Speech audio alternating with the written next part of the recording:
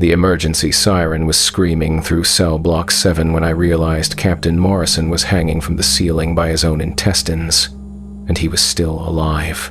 I stood frozen in the main corridor, watching what used to be my supervisor dangle 10 feet above the floor, his organs stretched like grotesque party streamers. His eyes tracked my movement, mouth opening and closing like a fish gasping for air. Below him, the reinforced steel door to Cell 7 Alpha hung in twisted ribbons of metal that had been peeled apart from the inside. The thing we'd been calling Prisoner 7 Alpha for 3 years stepped through the wreckage with casual grace. It looked human enough in the dim emergency lighting, but I knew better. I'd been feeding it, talking to it, even protecting it when other guards got too rough. For 3 years, I'd shown it the only kindness it had received in this place. My radio crackled. "Jackson, respond! What's your status in 7 Block?" I couldn't tell Warden Coleman that the containment protocols had failed. Couldn't explain that every other cell door in the block was standing wide open, their occupants stirring after years of forced sleep. 7 Alpha looked directly at me, its 2 pale eyes reflecting the red emergency lights. When it spoke, its voice carried the weight of remembered favors. "Tommy, you've been good to us. Kind. We remember kindness." It gestured toward Morrison's twitching form. "Walk away now. Go home to your family. Pretend you saw nothing, and we'll make sure you stay safe from what's coming." I felt my hand tighten on my radio. The choice was simple. Abandon my post and let these things escape into the world, or stand in the way of creatures I'd spent 5 years learning were far more dangerous than any human criminal. "But if you try to stop us," 7 Alpha continued, its voice dropping to something that resonated in my bones, "then you become just another obstacle to remove." That's when I understood that my 5 years of night shifts, of following orders, of keeping secrets, it had all been leading to this moment, the moment when I'd have to decide what I really was. But let me start at the beginning, back when I still believed Redstone Federal was just another maximum security prison, back when I thought the worst thing about working nights was staying awake. My name is Tommy Jackson, and I needed this job more than I needed answers. When I walked into the hiring office at Redstone Federal Correctional on a cold Monday morning in February, my daughter Emma was 3 weeks into chemotherapy.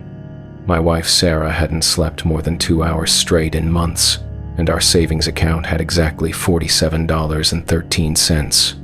The night shift position paid $112,000 a year with full medical benefits. I would have taken the job if they'd told me I was guarding the devil himself.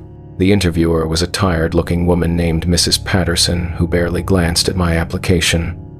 "Previous security experience, 2 years at Walmart," I said, trying to sound more confident than I felt. "Loss prevention." She nodded like she'd heard it 1,000 times. "Criminal justice degree?" "No, ma'am. But I'm reliable, and I need the work."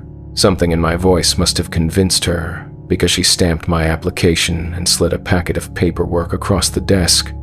"Congratulations, Mr. Jackson. You start orientation Monday.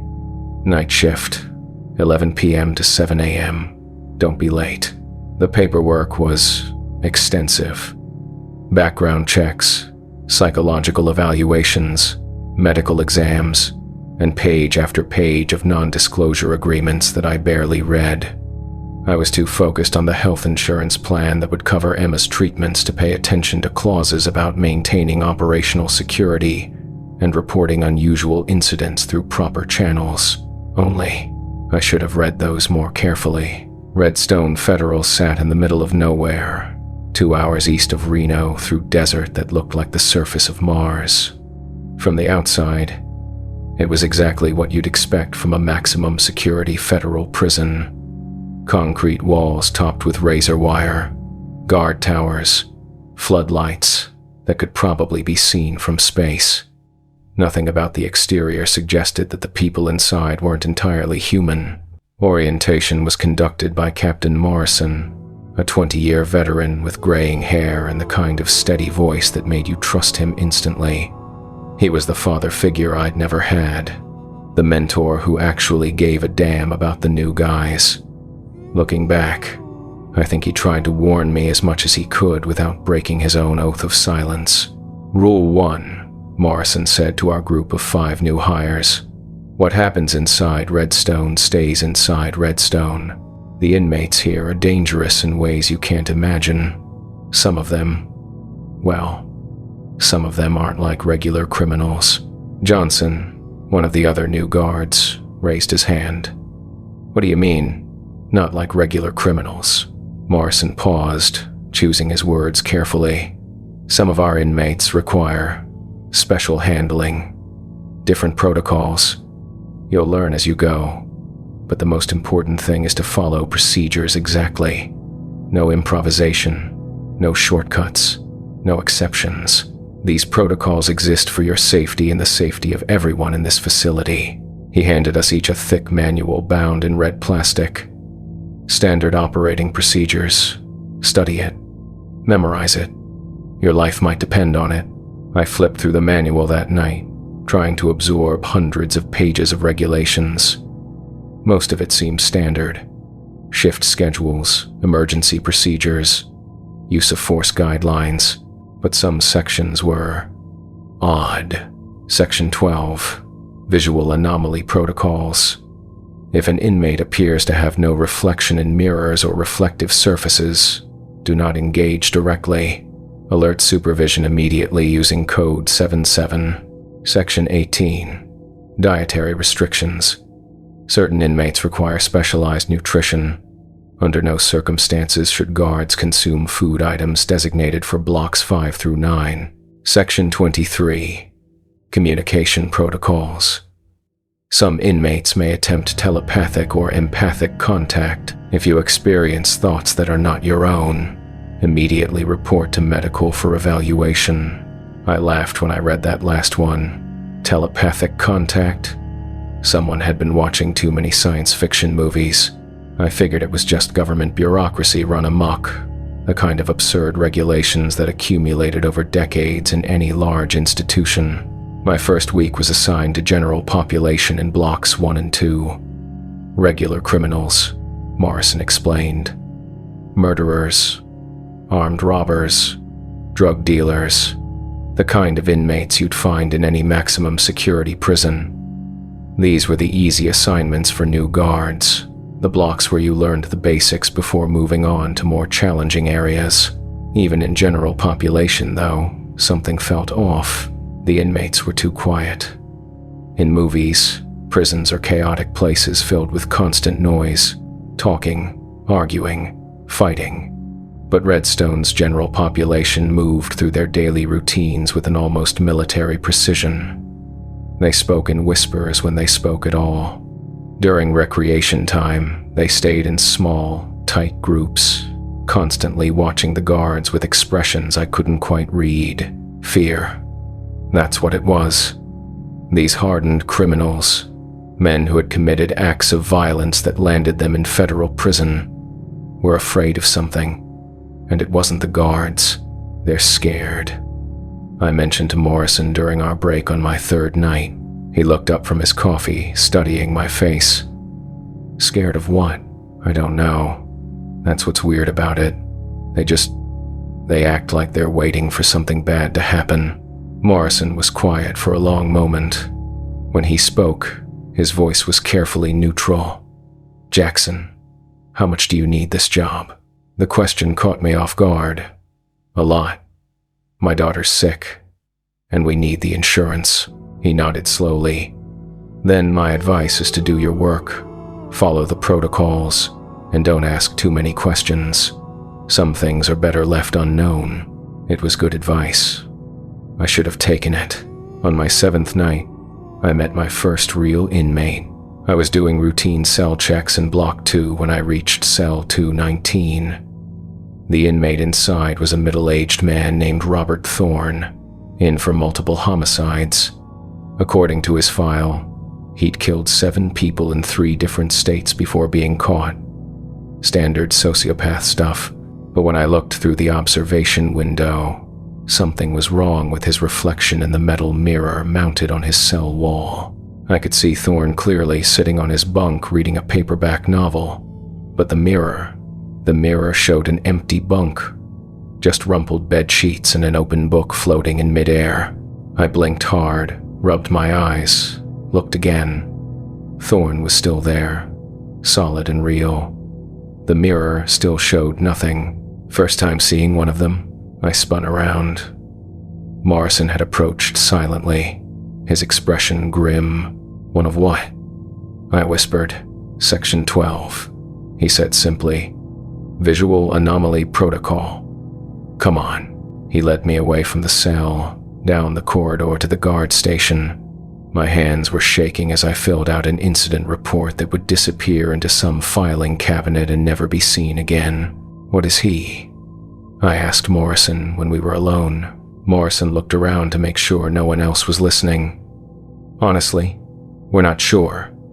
The official classification is anomalous human variant. Unofficially, well, some of the old-timers call them vampires."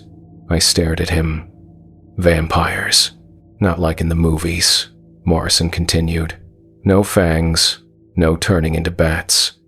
But they don't show up in reflective surfaces.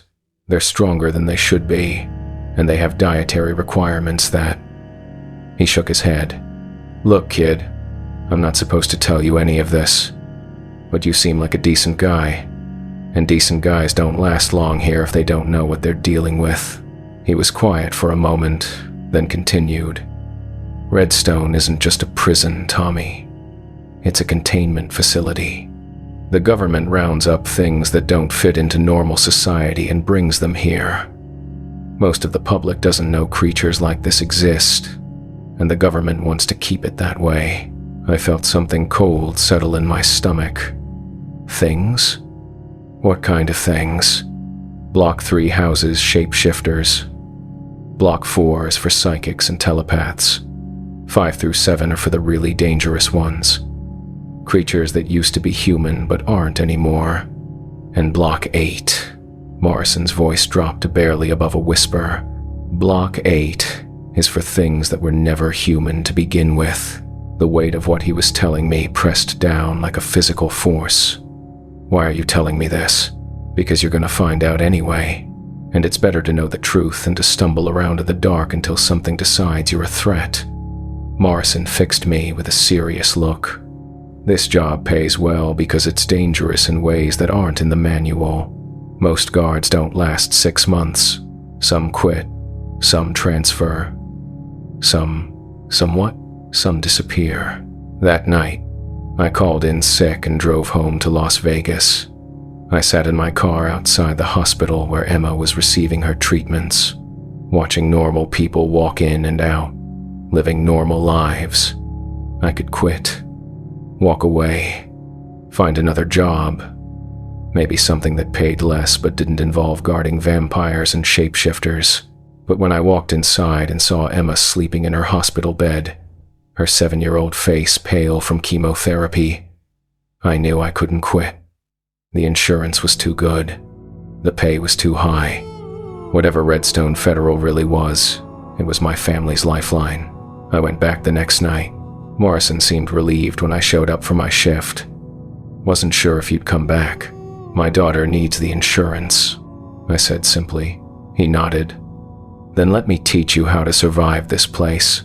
Over the next few weeks, Morrison became my unofficial guide to the hidden reality of Redstone Federal. He taught me which inmates to avoid eye contact with, which ones were safe to talk to, and which ones required special protocols that weren't in any manual. The shapeshifters in Block 3 were relatively harmless, he explained, as long as you remembered to verify their identity with the biometric scanners before opening any cell doors. They could mimic human appearance perfectly, but they couldn't fake retinal scans or fingerprints. The psychics in Block 4 were more dangerous because they could influence your thoughts if you weren't careful. The protocol was to wear a specially designed helmet lined with a copper mesh that blocked most telepathic intrusion.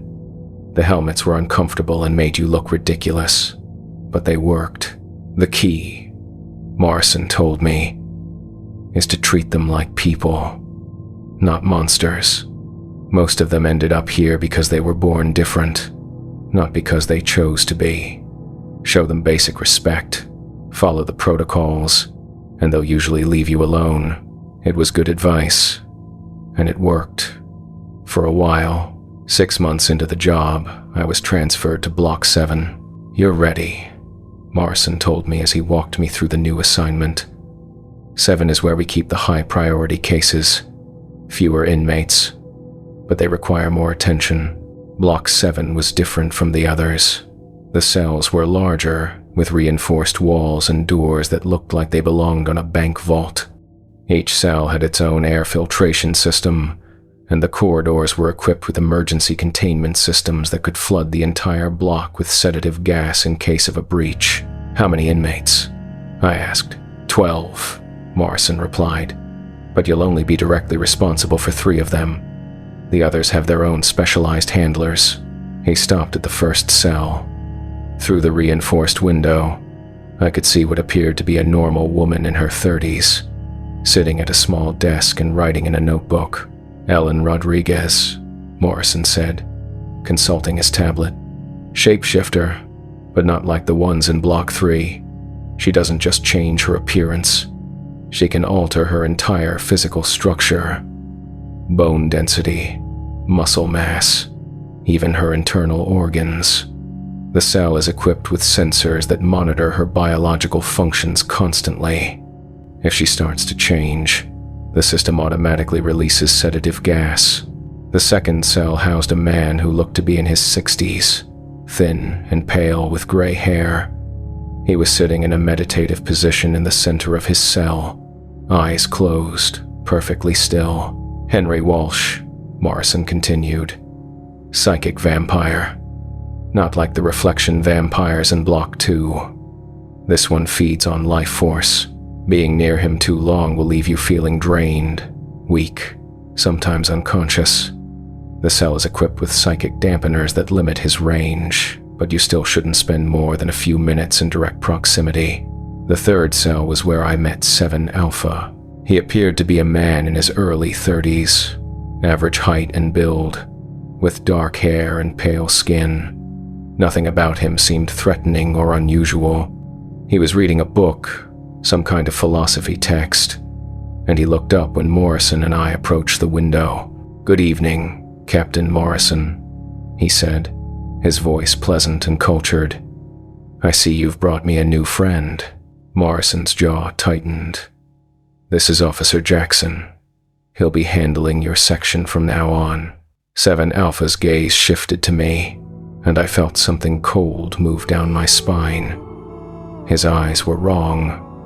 Not obviously so, but wrong in a way that made my primitive brain scream warnings. "Hello, Officer Jackson," he said with a slight smile. "I'm looking forward to getting to know you. Don't let him get into your head," Morrison warned me later.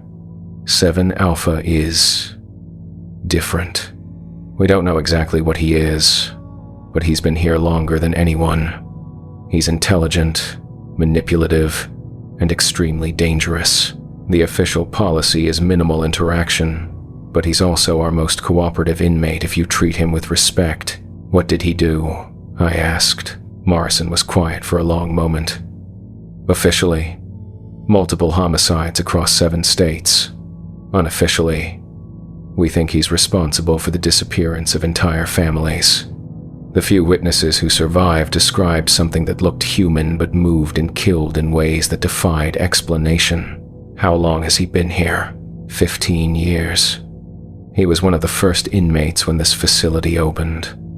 In all that time, he's never tried to escape, never been violent towards staff, never even raised his voice. But something about him.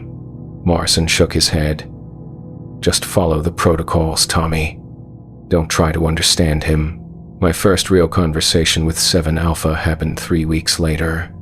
I was doing the 11 p.m. feeding rounds, sliding meal trays through the specially designed slots in each cell door. Ellen Rodriguez and Henry Walsh both acknowledged me with polite nods but didn't speak. When I reached 7 Alpha's cell, he was sitting at his small table, notebook open in front of him. "Officer Jackson," he said without looking up. "How is your daughter?" I froze. "What did you say?"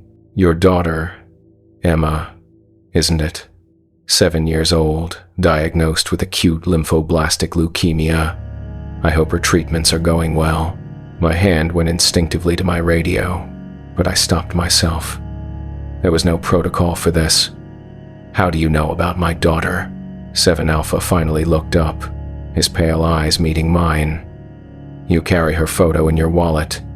You also have medical papers in your locker that you study sometimes during your breaks. You mention her often in your phone calls to your wife. Your voice changes when you talk about her. It becomes softer, more worried. It's quite touching, actually." The casual way he discussed my personal life made my skin crawl. "You've been listening to my phone calls? I hear everything that happens in this facility, Officer Jackson. Every conversation, every whispered secret, every prayer spoken in the dark. Sound travels in interesting ways when you know how to listen. I should have walked away. Should have reported the conversation immediately. Instead, I found myself asking, 'What are you?'" 7 Alpha smiled, and for just a moment, his teeth seemed too sharp. "I'm whatever you need me to be, Tommy. May I call you Tommy?" Officer Jackson seemed so formal for someone who's been bringing me books. He was right. I'd been bringing him books. It started as a small kindness. He'd requested something to read beyond the standard prison library offerings, and I'd brought him a philosophy text from my own collection. Then another, and another. It was against protocol, but Morrison had said to treat them like people, and 7 Alpha was always polite, always grateful. "You never answered my question," I said, "and you never answered mine. How is Emma's treatment progressing?" The concern in his voice sounded genuine, which somehow made it worse. "She's responding well. The doctors are optimistic. I'm glad to hear that.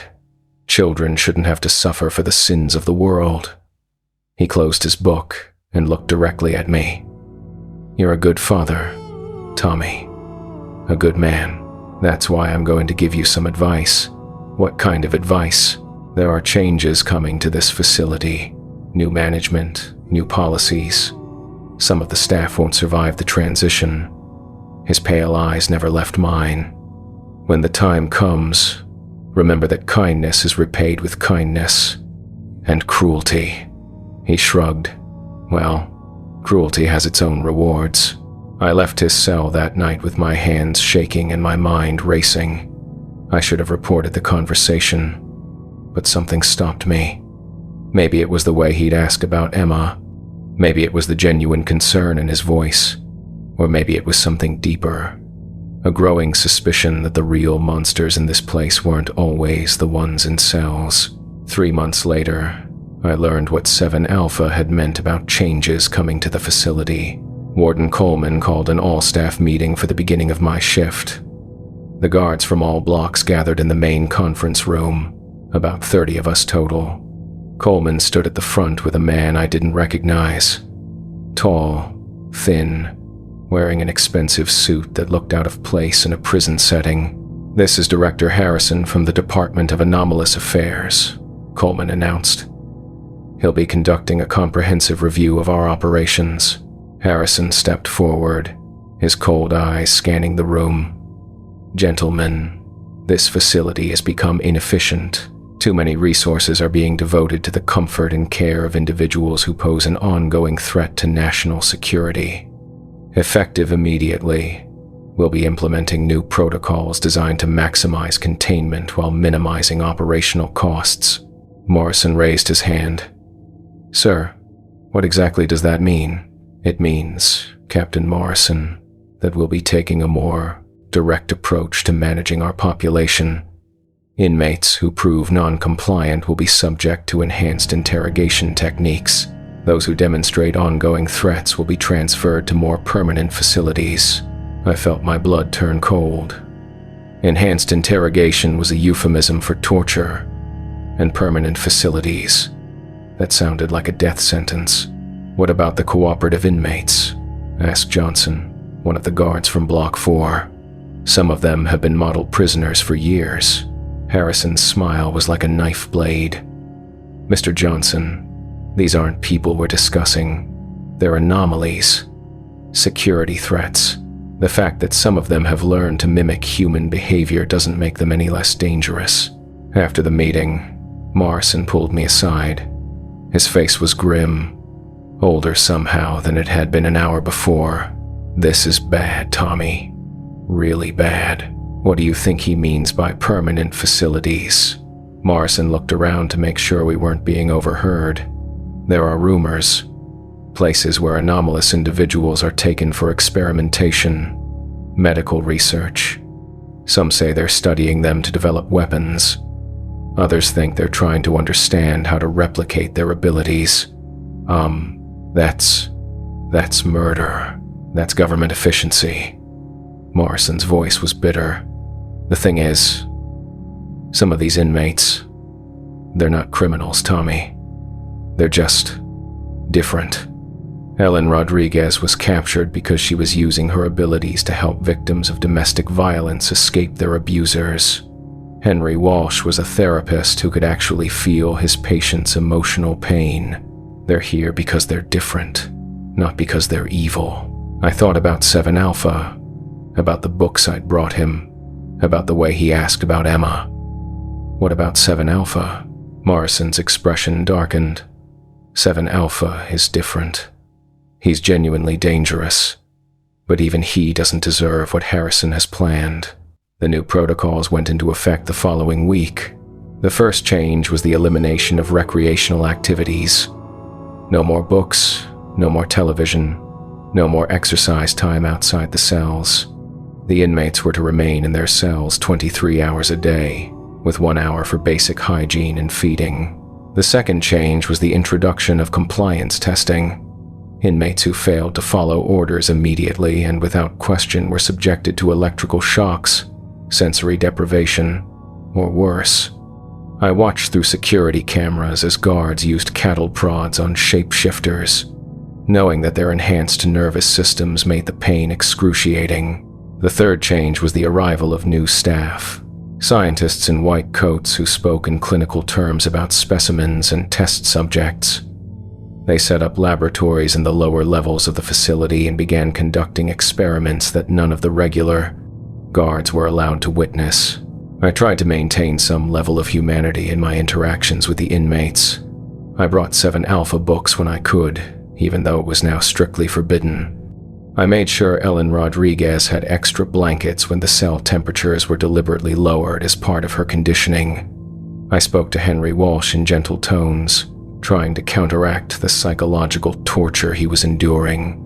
It was a small rebellion, but it was all I could manage without losing my job and Emma's medical coverage. 7 Alpha noticed, of course. "You're taking risks, Tommy," he said during one of our feeding rounds. He was thinner now, his pale skin almost translucent from the stress of the new protocols. "Director Harrison has been asking questions about guards who show too much sympathy for the inmates."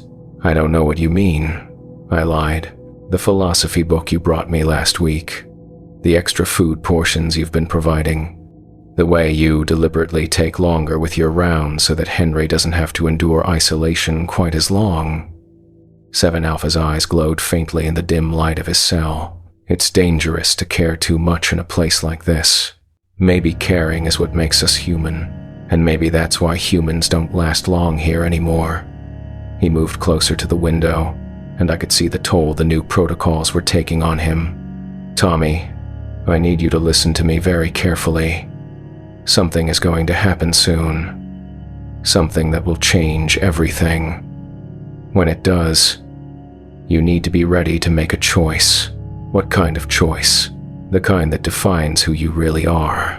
2 weeks later, I learned what he meant. I was working a double shift, covering for Morrison, who had called in sick. At 3 a.m., I was doing routine checks on Block 7 when I heard sounds coming from the lower levels. Screams, machinery, something that sounded like metal tearing. I found an access door that I'd never noticed before. hidden behind a maintenance panel. My security card opened it, revealing a staircase that led down into sections of the facility I didn't know existed. What I found in the sub-basement still haunts my nightmares. Laboratory rooms filled with surgical equipment stained with substances that weren't quite blood, holding cells smaller than coffins, designed for extended sensory deprivation. And in the central lab, 3 of our former inmates strapped to tables while scientists in hazmat suits conducted experiments that no ethical medical board would ever approve. I recognized one of them, Webb from Block 4, a telepath who had been transferred to a more secure facility the week before. Except he wasn't transferred. He was here, unconscious, with electrodes attached to his skull while machines monitored his brain activity. On the table next to him was something that might have been human once. Its body had been surgically altered, enhanced with mechanical components and organic grafts that pulsed with unnatural life.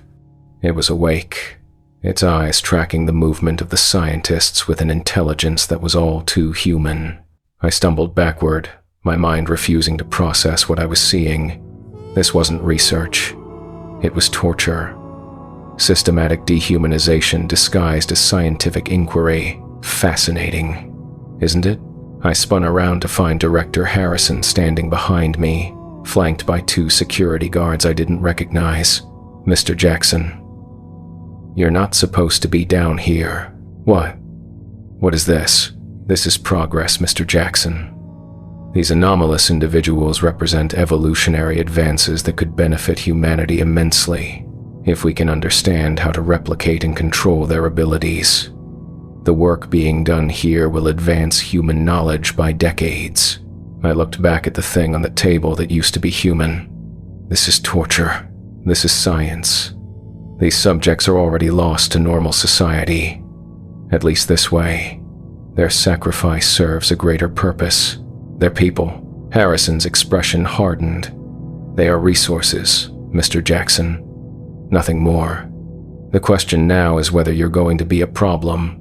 The 2 guards stepped closer, and I realized I was in serious danger, not just of losing my job, but of ending up on one of those tables myself.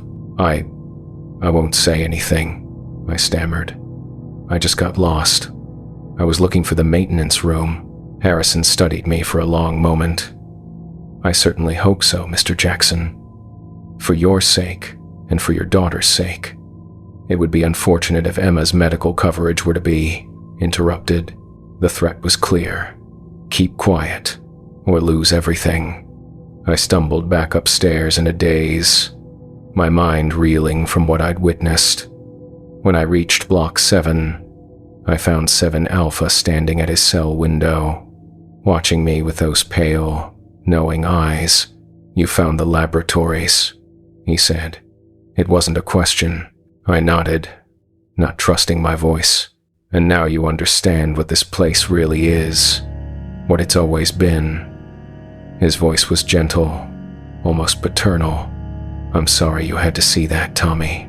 I know it changes everything. How long have you known? Since the beginning.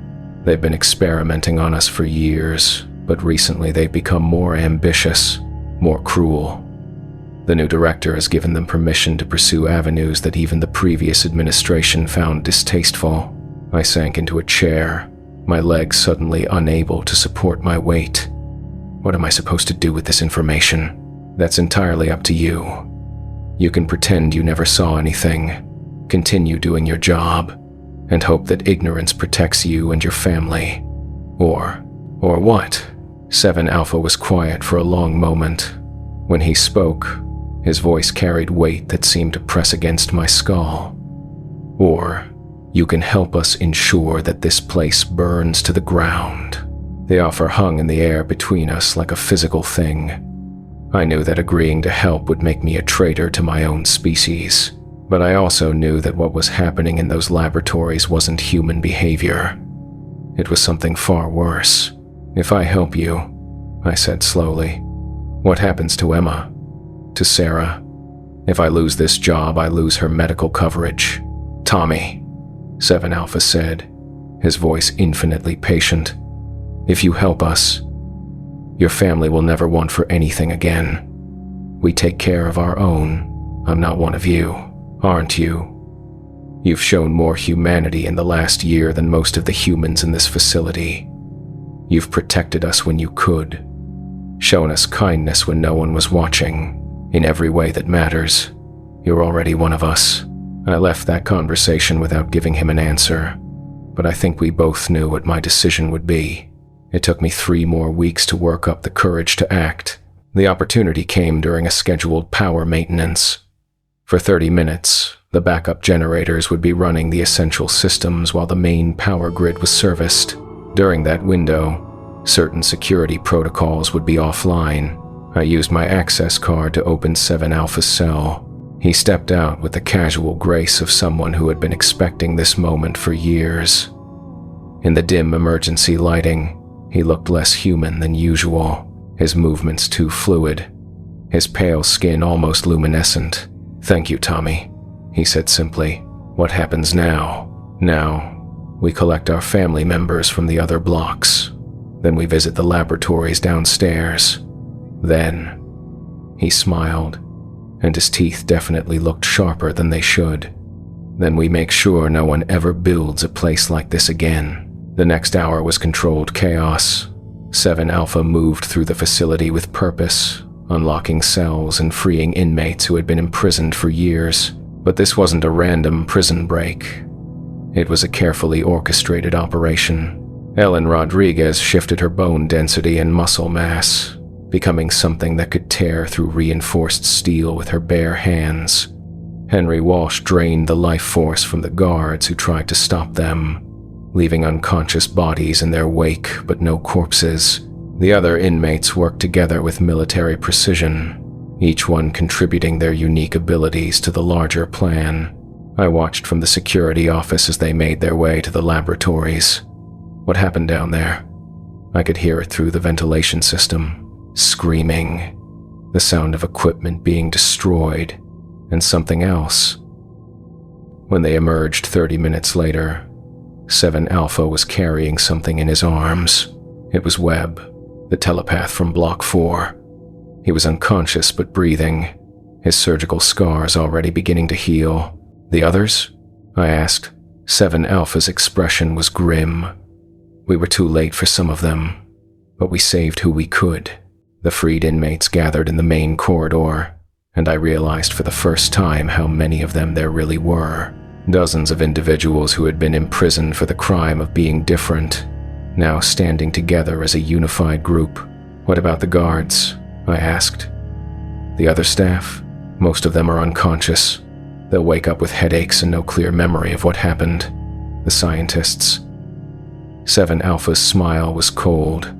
"The scientists experienced a more permanent form of justice.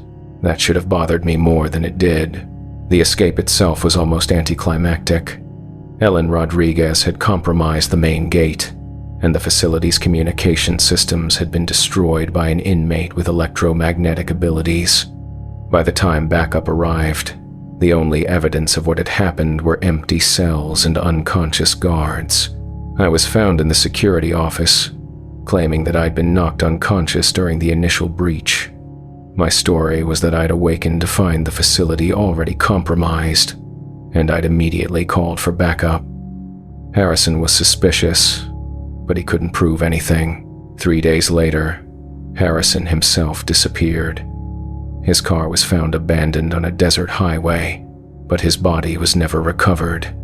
The official investigation concluded that he'd been killed by one of the escaped inmates, possibly in revenge for his harsh treatment of the prison population. I kept working at Redstone for 2 more years after the escape, but the facility was never the same. New management implemented more humane policies. The laboratory levels were sealed off permanently, and the remaining inmates were treated like people rather than specimens. 7 Alpha was never recaptured, but sometimes I would find things in my locker. Books, mostly, always with handwritten notes thanking me for my kindness. Sometimes there would be small gifts for Emma, toys that shouldn't have been available in any store, but which delighted her beyond measure. Emma's cancer went into remission 6 months after the escape. The doctors called it miraculous, especially since her treatment had been so aggressive. But I knew better. 7 Alpha had promised that my family would never want for anything, and he was keeping his word. I finally quit Redstone 2 years ago when Emma was declared officially cured. The night before my last shift, I found a letter in my locker written in 7 Alpha's distinctive handwriting. "Tommy, you showed us that humanity exists even in the darkest places. You proved that kindness is not weakness, and that doing the right thing sometimes requires breaking the rules. You will always be family to us, no matter where life takes you. Thank you for reminding us that not all humans are monsters." I never saw him again, but I didn't need to. I knew he was out there, along with the others who had escaped that night, and I knew that somewhere in the world, there were places where different didn't mean dangerous, where being anomalous didn't mean being imprisoned. Which brings us back to tonight, to Morrison hanging from the ceiling and 7 Alpha offering me one final choice. I looked at the radio in my hand, then at 7 Alpha's patient, pale eyes. Behind him, the other escapees waited in the shadows. Ellen Rodriguez with her altered bone structure, Henry Walsh with his psychic abilities, and dozens of others who had learned to survive in a world that feared them. "The other facilities," I said. "You're going to hit them all tonight, aren't you?" 7 Alpha nodded. 17 locations across the country, all of them conducting the same experiments, housing the same kinds of people Harrison was torturing here. We're going to free them all. And then what? Then we disappear. Find places where we can live in peace, away from humans who see us as threats or resources. Some of us will integrate into normal society. Others will create our own communities. But no one will ever be caged again. I thought about Emma, healthy and happy and starting 3rd grade next month. I thought about Sarah, who had gotten a promotion at work and was talking about taking a family vacation. I thought about the life I'd built with the blood money from this place, and I thought about Webb on that laboratory table, and the thing that used to be human lying next to him. "Walk away, Tommy," 7 Alpha said gently. "Go home to your family. In 6 hours this will all be over, and you can spend the rest of your life pretending none of it ever happened." Morrison's body twitched above us, his organs stretching like obscene decorations. His eyes found mine, and I could see the pain there, the desperate plea for help that I couldn't give. I looked at the radio again, then at 7 Alpha. "I'm sorry," I said, and I dropped the radio to the floor, where it shattered into a dozen pieces. 7 Alpha smiled, and for the first time since I'd known him, it looked entirely human. "Thank you, Tommy, for everything." He turned and walked away, followed by his family of anomalous individuals who had never been criminals, just people trying to survive in a world that didn't understand them. I stood alone in the corridor, listening to the sounds of containment systems failing throughout the facility. At 6:30 a.m., I walked out of Redstone Federal Correctional for the last time. By noon, news reports were describing a coordinated terrorist attack on government facilities across the country. The official story was that domestic extremists had targeted federal installations using unknown weapons technology. There was no mention of the people who had been imprisoned in those facilities. No discussion of the experiments that had been conducted in underground laboratories. No acknowledgement that the real terrorists had been wearing government badges. I drove home to Las Vegas, kissed my wife, hugged my daughter, and started looking for a new job. One that didn't require me to guard monsters or keep inhuman secrets.